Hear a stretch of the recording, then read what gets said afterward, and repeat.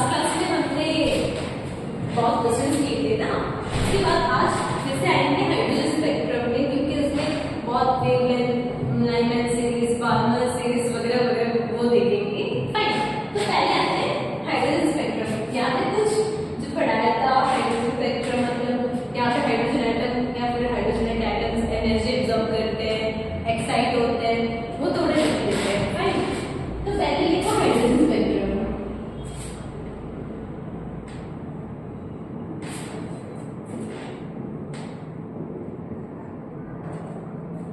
Then hydrogen spectrum यहाँ पे क्या होता था, लाइक एक वेव आती थी, वेव आके वहां पे क्या कर रहा था, एक्साइट होता था, डीएक्साइट होता था, राइट।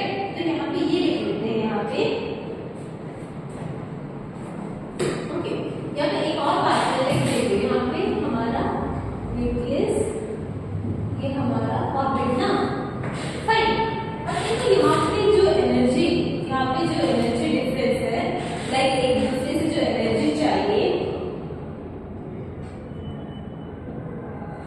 ओके, जितना एनर्जी चाहिए उसे एक्साइट होने में, सेम उतना एनर्जी डिफरेंस होगा। और इस ऑर्बिट के बीच में जो एनर्जी डिफरेंस होगा, सेम उतनी ही एनर्जी चाहिए इससे इस इलेक्ट्रॉन को यहाँ से यहाँ तक भागने, यहाँ से यहाँ तक एक्साइट होने के लिए।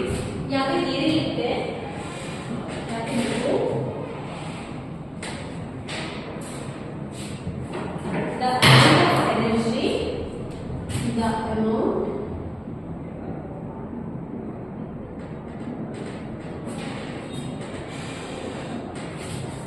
of energy absorbed by the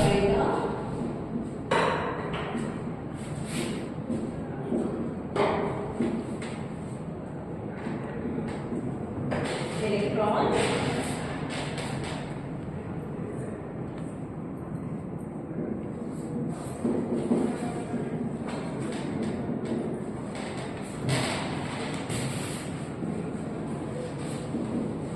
hydrogen species मतलब क्या, जिसमें सिर्फ एक इलेक्ट्रॉन, जिसमें सिर्फ एक इलेक्ट्रॉन है। हाइड्रोजन स्पीशीज यहाँ पे लिखती हो, एक तो हाइड्रोजन खुद, उसके बाद helium plus lithium 2 plus plus हो जाएगा।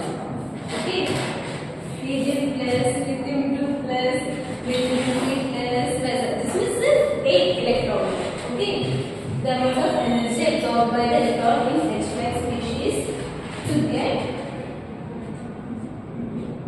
एक्साइटेड मतलब जब से ग्राउंड स्टेट से एक दूसरी स्टेट में जाएगा। Excited is exactly equal to the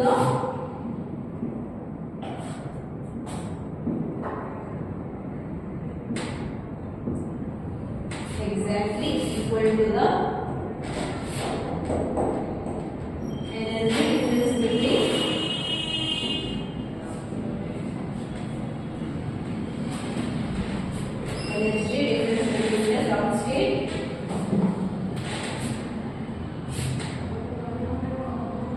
the ground state and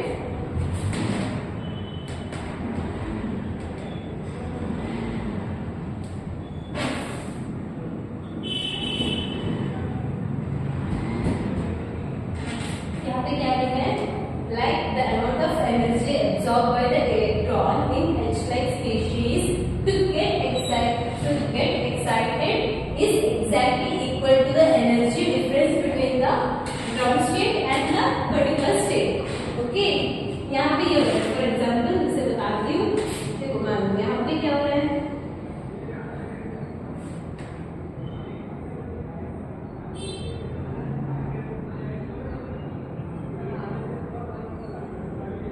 okay, मान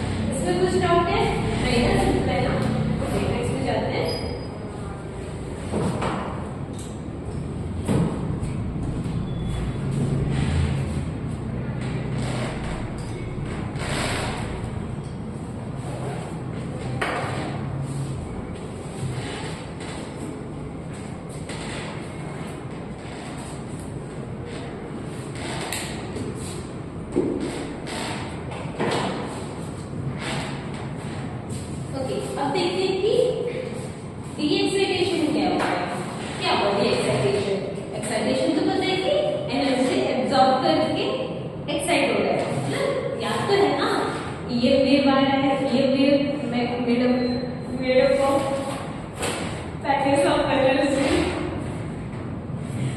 वहाँ क्या है और क्या करता है, ये जो इलेक्ट्रॉन है ये क्या करता है, एब्जॉर्ब करता है, एब्जॉर्ब करता है और एक्साइट होता है ना। ओके, तो यहाँ पे क्या होता है, एब्जॉर्ब करता था। ओके, मानो कि एक बार एब्जॉर्ब करने के बाद एक्साइट तो होता है, राइट। यहाँ पे लिख देते हैं पहले once the electron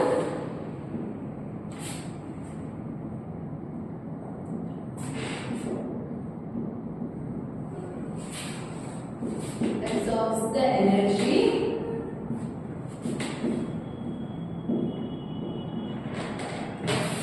from the EM wave, है ना, EM wave से एनर्जी पैकेट एब्जॉर्ब कर रही है ना wave, it gets excited, fine। लेकिन उसके बाद क्या होगा, okay,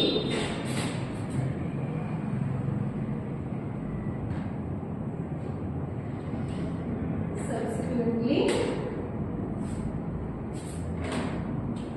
it returns to the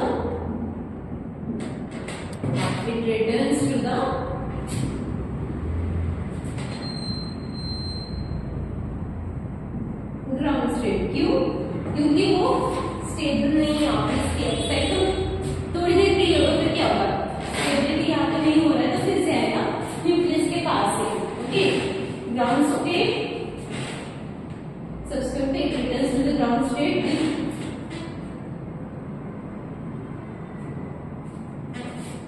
by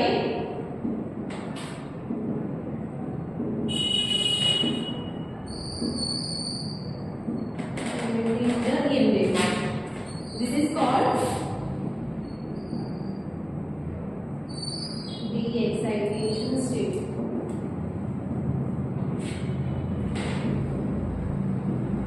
excitation कब होगा, कब, मतलब जब उसे वो EM वेव आएगा, ट्रांसमिटेड वेव आएगा, राइट, वो एब्जॉर्ब कर लेगा, एक्साइट होगा। डीएक्साइट कब होगा, जब उसे वही वेव उसे फिर से लौटानी पड़ेगी, लाइक आपको भी कुछ चीजें मिलेगी, आपको कुछ चीजें मिलेगी तो क्या हो रहा है, एक्साइट हो रहे हैं, वैसे ही आपको इलेक्ट्रॉन वैसे ही हो रहा है। और अब सोचो कि कोई चीज है आपको देना पड़ेगा, मम्मी डांट रही है आपको कोई चीज आपको रिटर्न देने के लिए, तो ऑब्वियसली क्या होगे, डीएक्साइट। वहां पे यहाँ पे भी सेम, यहाँ पे क्या हो रहा है, डीएक्साइट है क्योंकि यहाँ पे स्टेबल नहीं है, फाइन, ये हुआ। अब देखो ये क्या कर रहा है, ये जो ये वेव की रूप में ये क्या कर रहा है, इमिट कर रहा है। तो यहाँ पे हमने एनर्जी तो फाइंड आउट कर दिया है ना, जो लास्ट क्लास में एनर्जी था वो फाइंड आउट कर लिया, रेडियस फाइंड आउट कर लिया। तो यहाँ पे जो ये वेव जो इमिट कर रहा है उसका रेडियस फाइंड आउट कर सकते हैं क्या, तो यहाँ पे ये इस क्लास में देखेंगे, फाइन। इसके लिए भी यहाँ पे भी इक्वेशन आ रहा है और यहाँ पे भी एक कांस्टेंट आ रहा है, बर्नस कांस्टेंट। ओके, ये भी देखते हैं और इससे रिलेटेड थोड़ा क्वेश्चंस भी कर लेते हैं।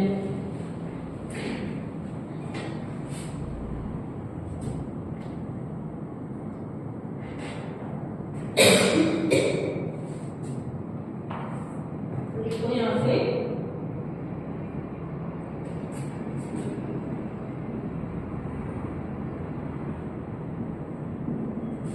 the wavelength of the EM wave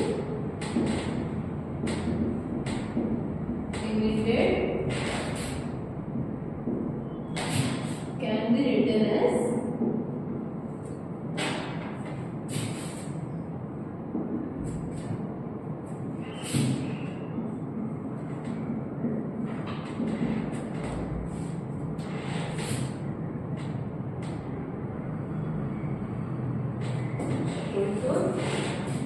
R into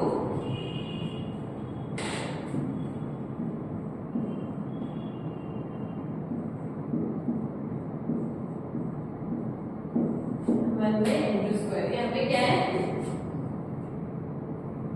okay, यहाँ पे क्या हो रहा है, देखो ये तो हमें ऑब्वियसली लैम्डा वेवलेंथ ये तो पता है, वन बाय वेवलेंथ, और हमने सीखा था ना कि वन बाय वेवलेंथ क्या होता है, one by wave number wave number. अब आर है, आर क्रिटिकल कांस्टेंट है, क्रिटिकल कांस्टेंट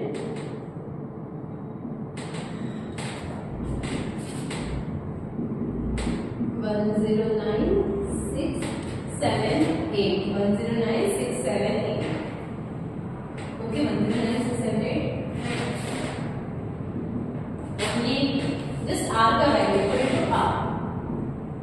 अब देखो हमें क्या करना है, वेवलेंथ फाइंड आउट करना है, तो वेवलेंथ यहाँ पे क्या हो जाएगा 1/वेवलेंथ इक्वल टू आर, तो वेवलेंथ इक्वल टू 1/r ना, तो यहाँ पे 1 से तो डिवाइड नहीं करना है, यहाँ पे एक और फॉर्मूला है reverse constant 1/r equal to 911.5 angstrom, fine 911.5 angstrom, fine. ये तो यहाँ पे याद रखो। और n2 क्या है, n1 क्या है, n2 को भी लिख लेते हैं यहाँ पे,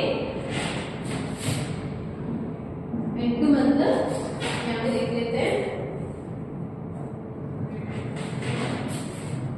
n तो पता है ऑर्बिट नंबर ऑब्वियसली, यहाँ पे ये n2 क्या है, orbit number from which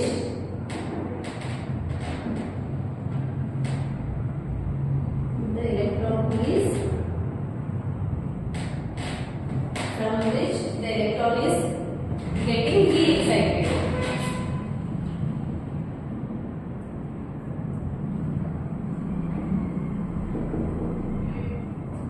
Okay, तब n1 क्या होगा, the orbit number from which in which the electron is reaching after getting de-excited, या फिर ऐसे भी लिख सकते हैं orbit number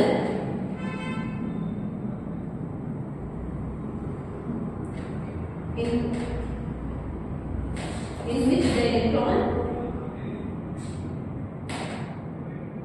which the electron reaches after de-excitation, fine. ये तो लिख लो यहाँ पे, फिर डायग्राम से मैं आपको बताती हूँ n2 क्या है, n1 क्या है, वो थोड़ा कन्फ्यूज होगा आपको, फाइन। यहाँ पे लिखो जल्दी से, इम्पोर्टेंट है, फाइन। अब देखते हैं n2 क्या है, n1 क्या है।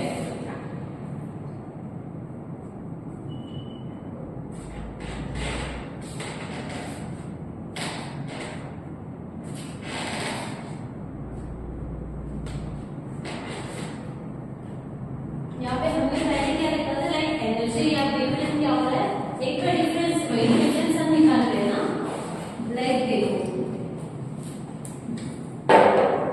ओके यहाँ पे देखो ये वेवलेंथ किसका निकाल रहे हैं, डी एक्साइटेशन होने के बाद हम निकाल रहे हैं, राइट, डी एक्साइटेशन होने के बाद हम निकाल रहे हैं। तो यहाँ पे क्या हुआ, एक्साइटेशन मतलब यहाँ पे इलेक्ट्रॉन ऑलरेडी पहुंच चुका है ना, डी एक्साइटेशन मतलब ऑलरेडी एक्साइट हो चुका है, वहां से नीचे कूद रहा है, वहां से नीचे कूद रहा है, तो यहाँ पे कहाँ कूदेगा, ऑब्वियसली ग्राउंड स्टेट, तो यहाँ से यहाँ जब कूदेगा, जो यहाँ पे ये वेव्स यहाँ पे जो प्रोड्यूस कर रहा है वो हम निकाल रहे हैं, वो वेवलेंथ हम यहाँ पे फाइंड आउट कर रहे हैं किस फॉर्मूले से, 1/λ equal to r into 1/n1² minus 1/n2², fine. अब देखो वहां पे यहाँ पे n2 क्या है, यहाँ पे n2 ये है ना, यहाँ पे ऑब्वियसली n1, देखो यहाँ पे क्या लिखा है, orbit number from which the electron is getting de-excited, मतलब ये यहाँ से ऊपर से कूद रहा है, नीचे से नहीं ऊपर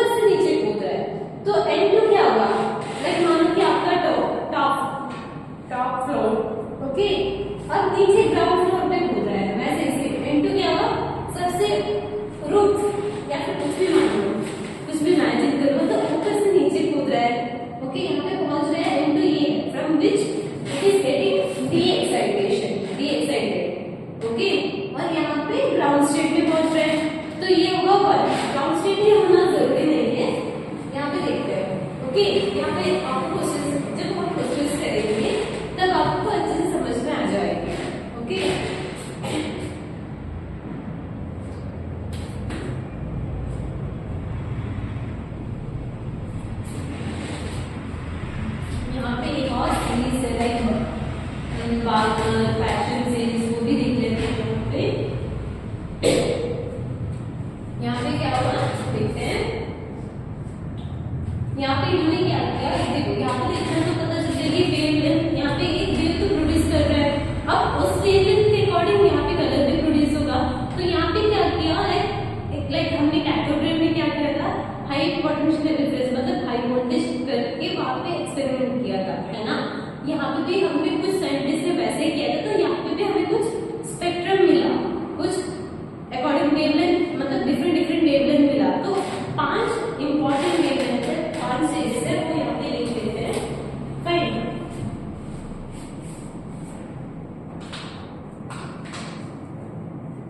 यहाँ पे क्या होगा, पहला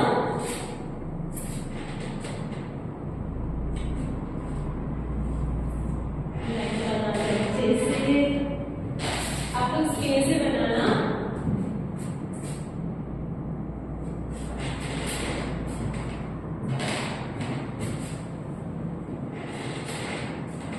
और इक्वल डिस्टेंस में बनाना।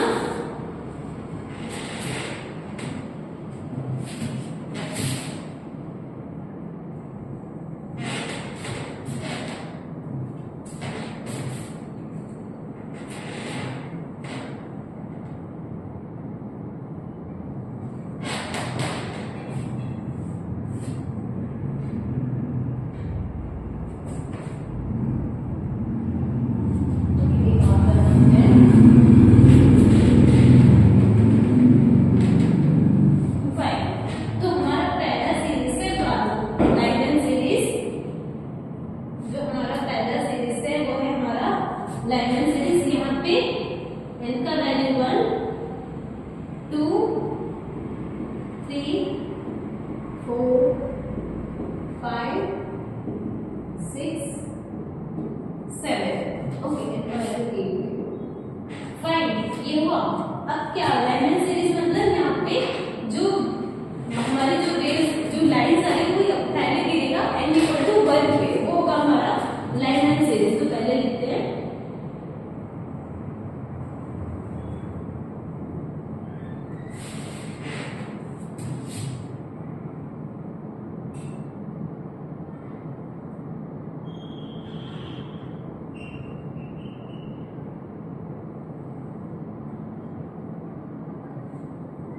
इंफिनिटी से जो भी आ रही है बाकी सब ओके, यहाँ पे इसको इंफिनिटी कर दो। फाइन, इसके बीच में बहुत कुछ लाइन है, सिर्फ इतना ही नहीं, इक्वल टू 7 8 नहीं, बहुत इंफिनिटी लाइन है। तो यहाँ पे लास्ट का जो वैल्यू है वो इंफिनिटी कर दो। ओके, देन लाइनमैन के बाद आ रहा है बार्नर सीरीज। लाइनमैन के बाद आ रहा है बार्नर सीरीज। यहाँ पे क्या होगा, n इक्वल टू 2 पे गिरेगा। Okay,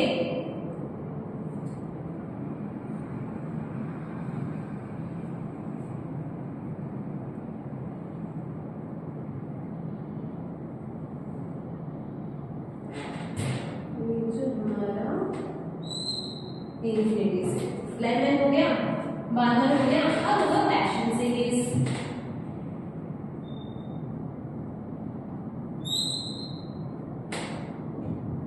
lineman, Balmer, Paschen series. पहला लाइन कहाँ पे गिर रहा है, n equal to 3, n equal to 4 से n इक्वल टू 3। अगर n इक्वल टू 3 से 2 पे गिर रहा है तो Balmer series n equal to 2 से n इक्वल टू 1 पे यहाँ पे जो वेवलेंथ यहाँ पे प्रोड्यूस हो रहा है, यहाँ पे डीएक्साइट हो रहा है, वो होगा burner series. Okay, lineman, Balmer, passion.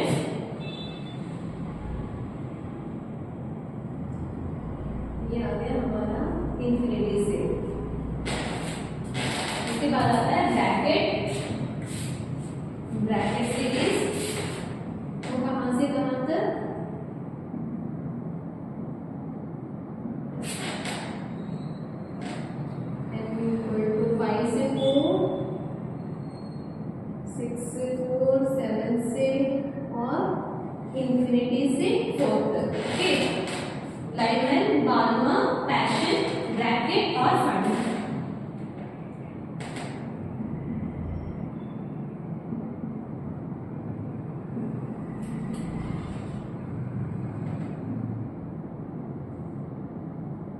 यहाँ पे सिर्फ इतना चार या यहाँ पे ये जो 5 लाइन वर्ग सिर्फ उतना ही नहीं, इसके बीच में भी बहुत लाइन्स होंगे, तो आप जस्ट इमेजिन कर रहे हो। ओके, यहाँ पे ये हुआ। अब इसको ड्रॉ कर दो, 1-2 मिनट देती हूँ, ड्रॉ कर लेगा।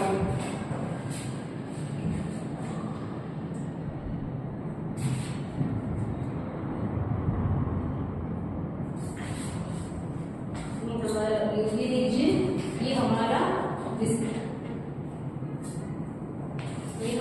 यूवी रीजन और विजिबल, बाकी सब इंफ्रारेड।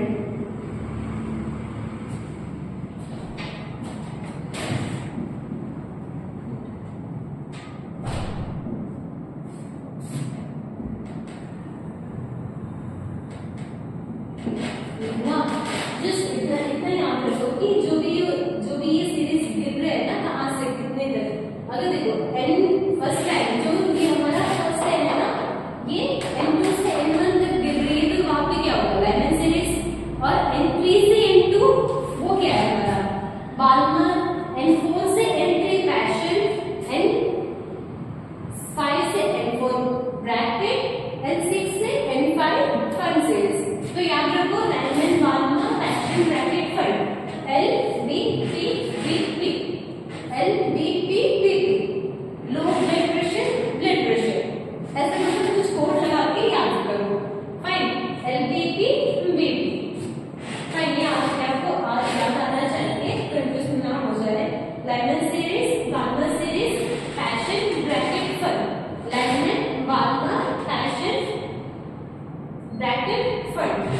फाइन, याद करो। यहाँ पे इसका ही टेबल बनाएंगे तो थोड़ा इजी होगा। ओके, ये पहले करो, ये हो गया। अब इसका टेबल बनाते हो। कुछ नहीं है, जस्ट n1 n2 वही है, सिंप्लीफाइड। ये आपको देख के डर लग रहा है तो चलेगा। कुछ भी डाउट आ रहा है तो प्लीज कमेंट बॉक्स में डाल दीजिएगा, मैं आपको सॉल्व करके बता दूंगी।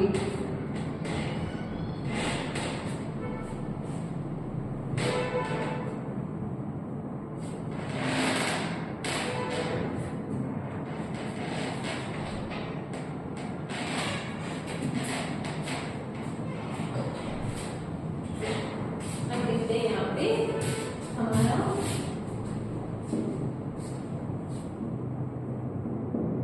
लाइमन, बाल्मर,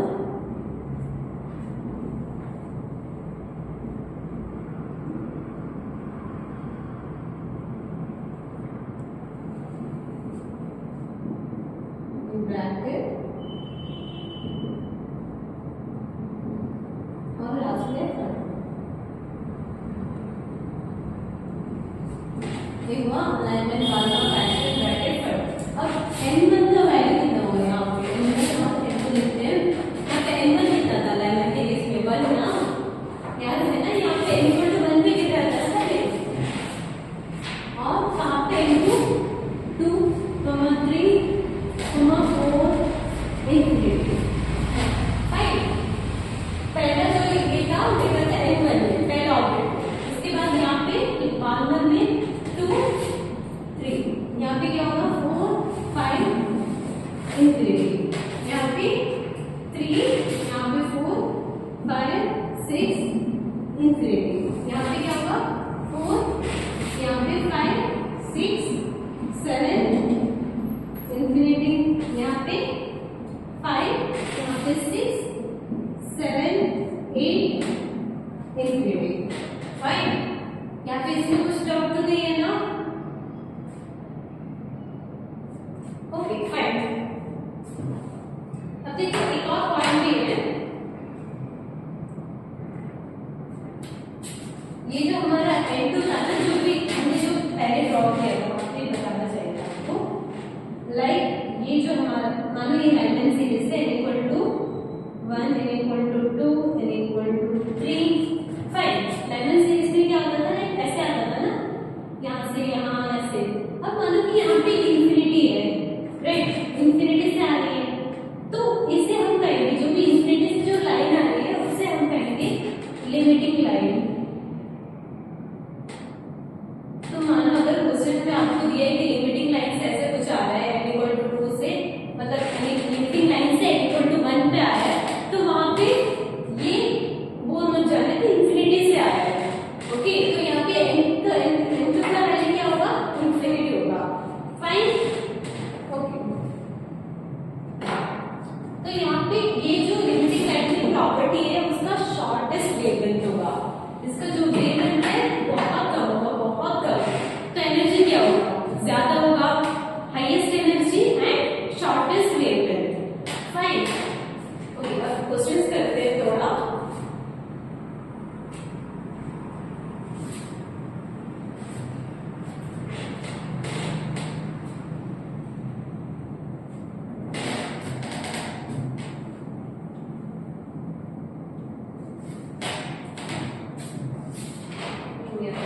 क्वेश्चंस करते हैं, इक्वेशन तो याद है ना सब लोगों को। Fine,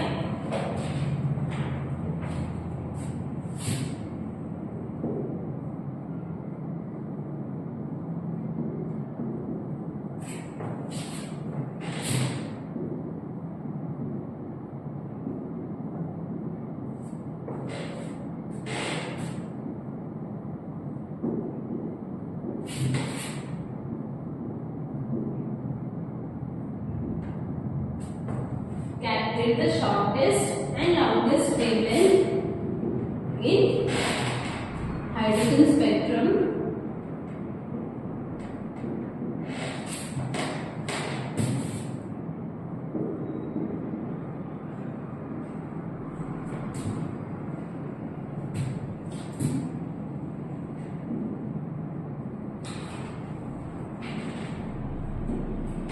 of Lyman series।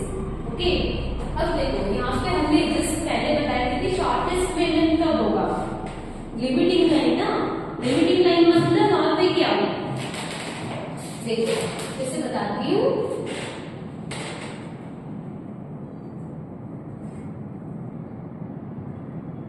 n equal to 1 Lyman series है, 2 3 इंफिनिटी। फाइन, अब देखो ये यहाँ पे अब ये क्या हमारा लिमिटिंग लाइन ना, ये हमारा लिमिटिंग लाइन विद शॉर्टेस्ट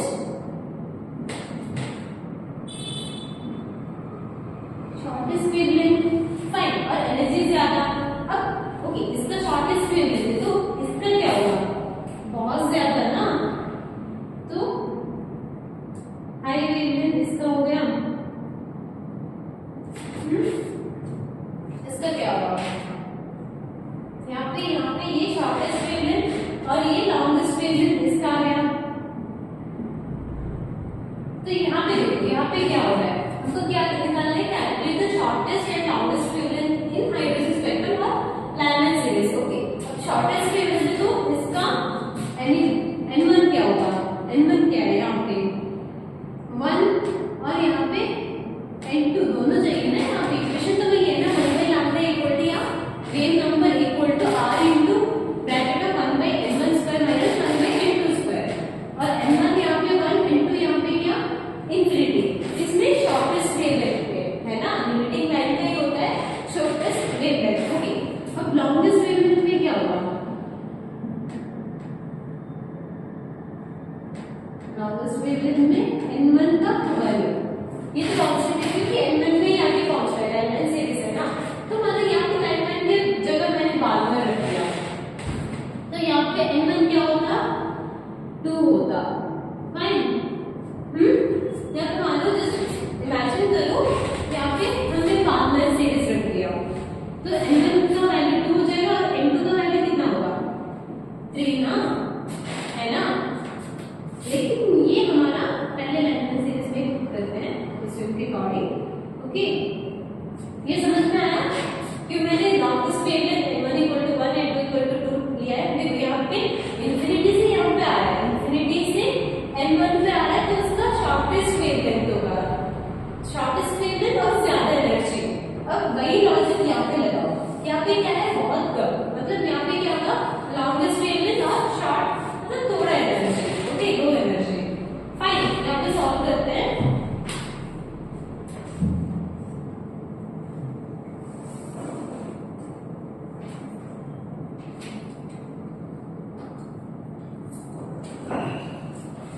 पे सॉल्व करते हैं।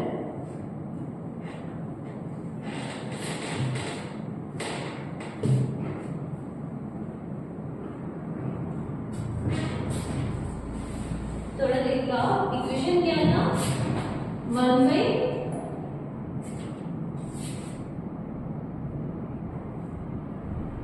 is equal to r into 1 by n1 minus 1 by n2 square ना।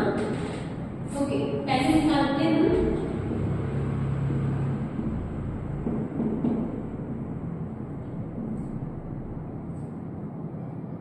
वो किसमें होगा, n1 इक्वल टू 1 और n2 इक्वल टू इंफिनिटी। तो यहाँ पे क्या आ जाएगा, r इंटू, इसके पहले लिखते हैं, इसके पहले 1 by lambda equal to r into 1 by 1 square minus 1 by infinity. तो यहाँ पे क्या आ जाएगा, r 1 by lambda equal to, और यहाँ पे क्या निकालना है, लैम्डा निकालना है। 1 by लैम्डा वेव नंबर नहीं हमें निकालना है, नहीं क्या निकालना है, वेव डेप्थ। तो यहाँ पे क्या आ जाएगा, lambda equal to 1 by r। देखो यहाँ पे मैंने दो वैल्यूज आपको दिया था, r इक्वल टू 109,678, फाइन। यहाँ पे दो वैल्यूज थे और 1 by r का कितना था, 911.5 एंगस्ट्रॉम, राइट। तो यहाँ पे देखो कैसे समझोगे, यहाँ पे 1 by r डायरेक्ट आ रहा है, तो ये क्या होगा, 911.5 एंगस्ट्रॉम। ओके, ये क्लियर हुआ। 1 स्क्वायर ये तो नहीं हो सकता ना, तो ये ही है। ओके, कुछ टर्म नहीं है ना यहाँ पे, फाइन। अब लॉन्गेस्ट वेव लेंथ करते हैं यहाँ पे,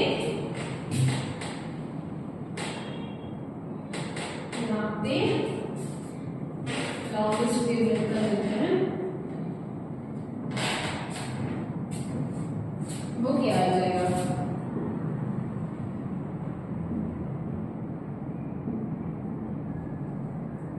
लॉन्गेस्ट वेव लेंथ वही सेम इक्वेशन तो सेम ही है, r equal to 1 by n1 square minus 1 by n2 square, fine. यहाँ पे n1 क्या था, n1 short longest wave length थी, किसमें 1 ही, क्योंकि लैम्डा सीरीज है, और n2 था 2।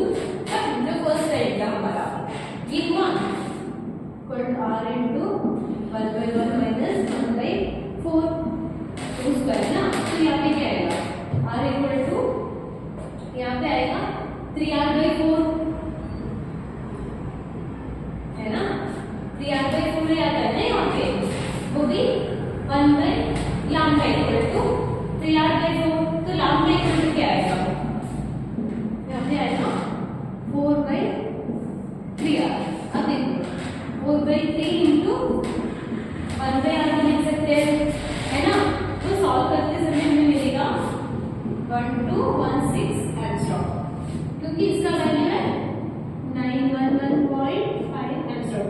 जो हमारा जो 109,678 है, वो थोड़ा अगर याद भी नहीं करोगे तो मतलब ठीक है, क्योंकि ये जो हमारा 911.5 एंगस्ट्रॉम है ना, वो थोड़ा ज्यादा इम्पोर्टेंट है, क्योंकि यहाँ पे हम वेवलेंथ फाइंड आउट करते हैं। तो यहाँ पे मोस्टली केस में क्या होता है, 1 by r ही आएगा, क्योंकि इक्वेशन आप जरा से अच्छे से देखो, अगर वेव नंबर फाइंड आउट कर रहे हो तो 109,678 बहुत इंपॉर्टेंट है, लेकिन यहाँ पे वेव लेंथ आप फाइंड आउट कर रहे हो तो 911.5 एंगस्ट्रॉम इंपॉर्टेंट है। ओके, ये हो गया, आप मल्टीप्लाई करके वेरीफाई करो, फाइन। अब देखते हैं नेक्स्ट क्वेश्चन पे।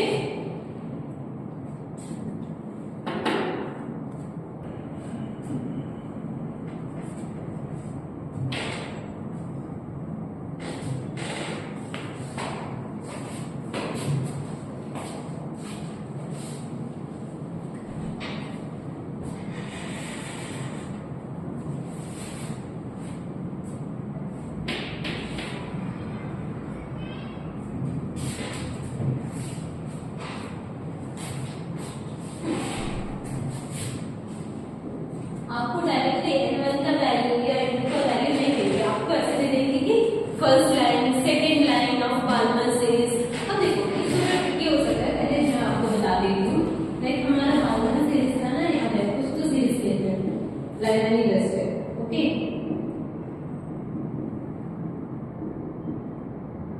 ओके, यहाँ पे इंफिनिटी। ये जो पहला लाइन है, सेकेंड जो थर्ड है, जो अगर मैं बोलूँ कि लाइन सीरीज है, तो यहाँ पे क्वेश्चन ऐसे आएंगे कि find out the wavelength of first line of line series. तो फर्स्ट लाइन में n1 का वैल्यू क्या होगा? 1, ऑब्वियसली लाइन सीरीज है, n2 का वैल्यू 2 होगा, राइट? यहाँ पे दिख रहा है ना, यहाँ पे जो n1 है मतलब dxa में हो रहा है ना, तो n2 2, n1 1। और अगर directly second line, find out the wavelength for the second line of Balmer series। अब second line मतलब क्या? ऑब्वियसली गिरेगा तो n1 तो कांस्टेंट ही है, गिरेगा तो ऑब्वियसली 1 पे है ना, लेकिन कहां से गिर रहा है? सेकंड लाइन है, तो यहाँ पे क्या होगा? n का वैल्यू होगा 3। ओके, लाइन सीरीज में अगर सेकंड लाइन बोला है तो n का वैल्यू 3 होगा। थर्ड लाइन बोला है तो n का वैल्यू होगा 4। अगर लिमिटिंग लाइन बोला है तब होगा infinity.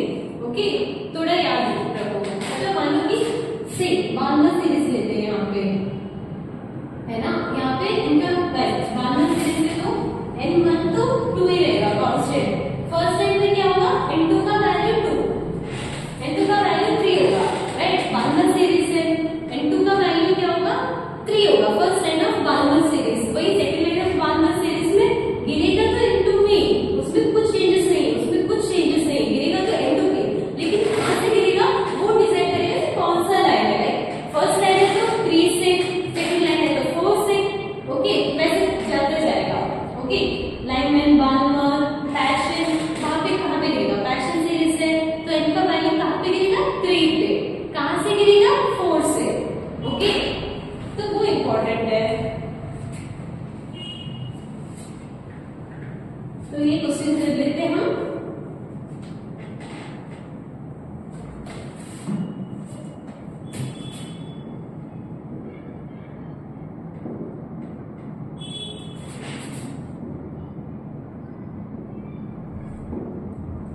Calculate the wavelength of first line of Balmer series.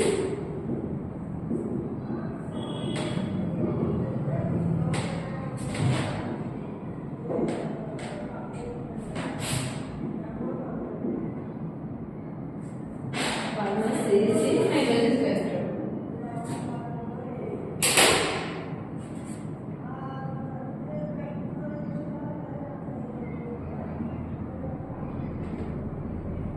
In hydrogen spectrum. हुआ?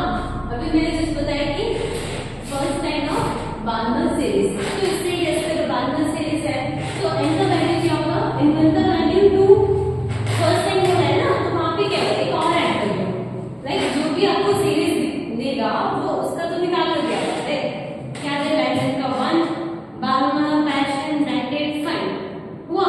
अब अगर फर्स्ट लाइन बोल रहे तो यहाँ पे क्या एक ऐड करना है 3, अगर सेकंड लाइन बोल रहे तो 2 ऐड कर लेना, वैसे चलेगा। फाइन, तो यहाँ पे फर्स्ट लाइन है तो n2 का वैल्यू होगा 3। तुम निकाल सकते हो ना, जिससे क्या होगा? 1 by lambda equal to r into hydrogen spectrum तो सेट तो और इससे वहां पे वैल्यू होगा। ओके,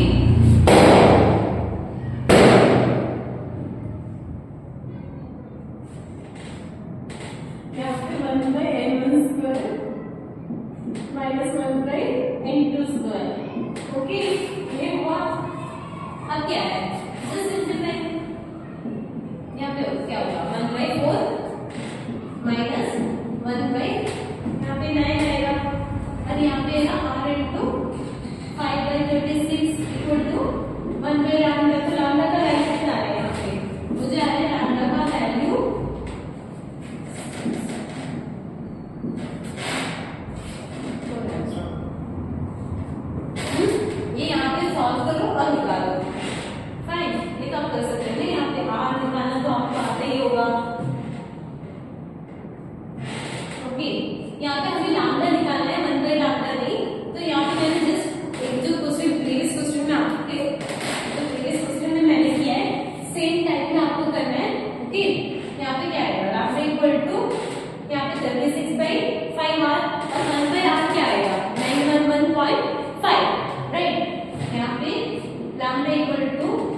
36 by 5 r है ना, या फिर 36 6/5 इंटू 1/r, जो कि हमारा 1/r मतलब क्या 911.5 एंगस्ट्रॉम।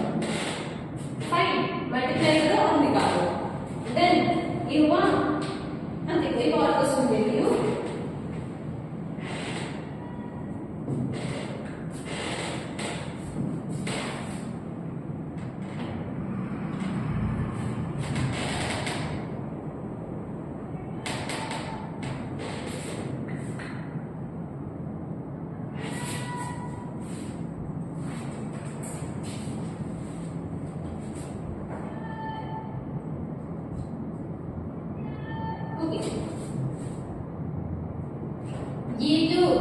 ये जो क्वेश्चन है थोड़ा जो हमारे लास्ट क्लास में जो किया था उससे कनेक्टेड है, तो यहाँ भी करते हैं।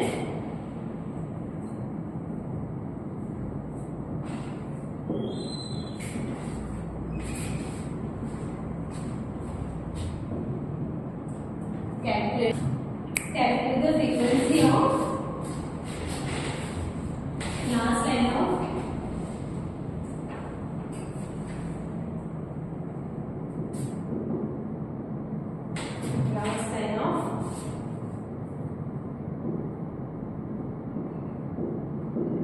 Lyman series। Then यहाँ पे वेवलेंथ तो नहीं दिया है, यहाँ पे क्या पूछ रहे हैं, डायरेक्ट फ्रीक्वेंसी पूछ रहे हैं। तो क्या हुआ, हमने तो सीखा ही है ना, like wavelength equal to c by frequency, वो तो सीखा है ना। तो पहले क्या करो, पहले वेवलेंथ की फाइंड आउट करो, जस्ट मल्टीप्लाई कर देना जो भी करना है। तो यहाँ पे निकालते हैं पहले wavelength equal to r into 1/n1 square minus 1/n2 square. Then अब देखो यहाँ पे last line of Lyman series मतलब लिमिटिंग लाइन ना, तो यहाँ पे क्या हो जाएगा, n1 तो 1 ही है, लाइनर सीरीज है, n2 इक्वल टू इंफिनिटी, तो यहाँ पे सेम ही आएगा ना, लाइक r इंटू 1/1 माइनस 1/इंफिनिटी इक्वल टू r आ जाएगा 1/λ, लैम्डा इक्वल टू 1/r, जो कि हमारा 911.5 एंगस्ट्रॉम है। ये समझ में आया? क्या है, जैसे Lyman series n1 equal to 1, n2 equal to infinity, because last line है, तो लास्ट लाइन कहाँ से आएगी, ऑब्वियसली इंफिनिटी से आएगी ना, लास्ट लाइन हमेशा इंफिनिटी से आएगी। आपको अच्छे से दी थी लिमिटिंग लाइन नहीं दिया है, यहाँ पे लास्ट लाइन ही दिया है। फाइन, n तो इंफिनिटी से आ रही है, तो मतलब d साइड हो रहा है। ये हुआ इक्वेशन, ये तो आपको पता ही होगा ना बेसिक मैथ्स। यहाँ पे ये हुआ 1/λ equal to r, lambda equal to 1/r, जो कि हमारा 911.5 एंगस्ट्रॉम है। ये हुआ, लैम्डा तो मिल गया ना, लैम्डा तो मिल गया। अब क्या करना है, फ्रीक्वेंसी को याद रखना बच्चों, इक्वल टू लैम्डा, सी क्या है वो भी भूल जाओ, इनटू यहाँ पे क्या आएगा 911.5 एंगस्ट्रॉम है, तो यहाँ पे क्या हो जाएगा 911.5 इंटू 10⁻⁻10। देन ये सॉल्व करो और मुझे आंसर मिल जाए अराउंड 3.28 इंटू